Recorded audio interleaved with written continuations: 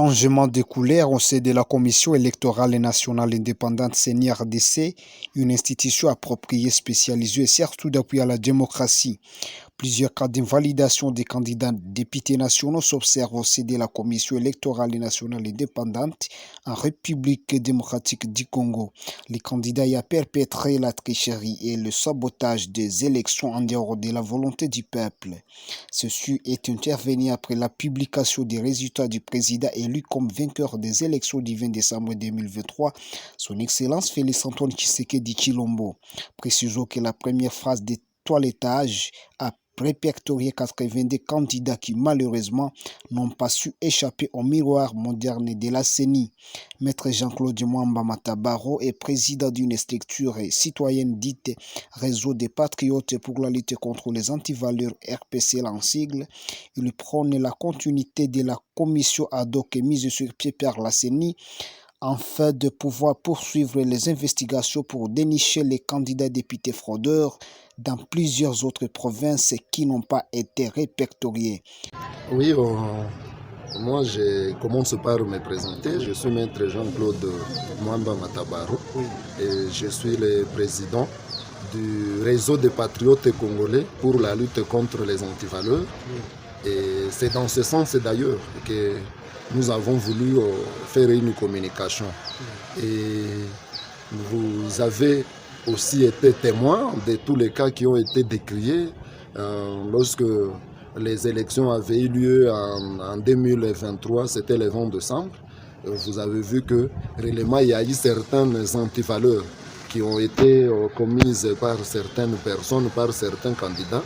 Et aujourd'hui, nous remercions quand même la CENI qui est en train de faire le toilettage des fichiers électoraux, des fichiers des candidats, parce que ces candidats-là qui ont eu à commettre des fraudes, des corruptions, des bourrages d'urnes, nous sommes en train de voir que la CENI est en train de les écarter.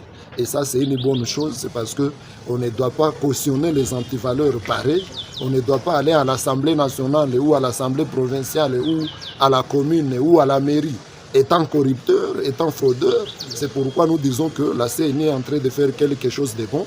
Mais lorsque la CENI aussi a publié, on n'a pas vu le Nord Kivu apparaître dans la liste là, alors que aussi au Nord Kivu, il y a eu des magouilles de certains candidats. Et tout le monde a décrié. Il y a les candidats qui faisaient la ronde autour des centres de vote la nuit pour corrompre. Et ces gens-là, ils ont été décriés, même la journée. Comme à Nyiragongo, on a vu un candidat qui voulait tricher et même il a fui, il a abandonné une somme d'argent, une somme importante d'argent qu'il était en train de donner aux responsables des centres de vote. Et d'ailleurs, il y a ceux qui sont en détention aujourd'hui. En ville de Goma, nous connaissons des candidats jusqu'aujourd'hui qui sont même dans les rapports de certains observateurs, qui sont dans les rapports de certains témoins, qui ont vu les gens venir corrompre. Mais nous voulons que aussi la CENI puisse arriver à faire à ce que ces gens-là aussi à Goma soient découragés. Parce que c'est un des noms de ces candidats, mais ils sont connus. Et nous devons aller à ce que nous devons arriver à un niveau où ces gens-là doivent être sanctionnés. Et ça va nous arranger. Et là, on aura lutté contre les antivaleurs dans ce secteur électoral. Moi, je suis en train de penser que notre loi est claire quant à ça.